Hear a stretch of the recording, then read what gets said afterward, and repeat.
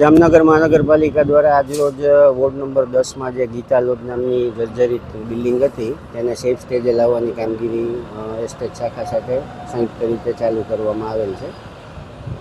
માનનીય કમિશનરશ્રીની સૂચના મુજબ તથા માનનીય સિટી એન્જિનિયરશ્રીના માર્ગદર્શન પ્રમાણે આ પ્રકારની જેટલી પણ ઇમારતો છે એની પણ આવી જ રીતે આગામી દિવસોમાં સેફ સ્ટેજે લાવવાની કામગીરી ચાલુ રહેશે.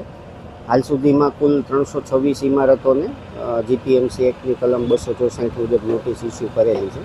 એ પૈકી જે 16 જર્જરિત અત્યંત જર્જરિત જણાય તે પૈકી હાલે આ 10મી ઇમારતને સેફ સ્ટેજે લાવવાની કામગીરી ચાલી છે.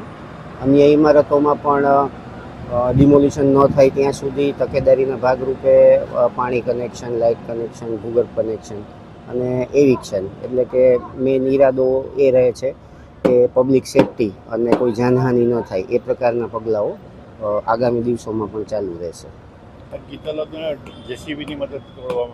હા, ગીતા લોજને હાલે આપણે મશીનરીથી સેફ સ્ટેજે લાવવાની કામગીરી ચાલુ કરેલી છે. અગાઉ મેન્યુઅલી પણ ચાલુ હતી, પણ મશીનરીથી ઝડપથી કામ થતું હોય અને સમય બચતો હોય, કારણ કે આ અન્ય પ્રોપર્ટીઓ પણ ઘણી બધી સાથે આપણે ડિમોલિશ કરવાની હોય છે જનરલી, એટલે એ ધ્યાને રાખી અને મશીનરી દ્વારા આજરોજ ચાલુ કરેલ છે.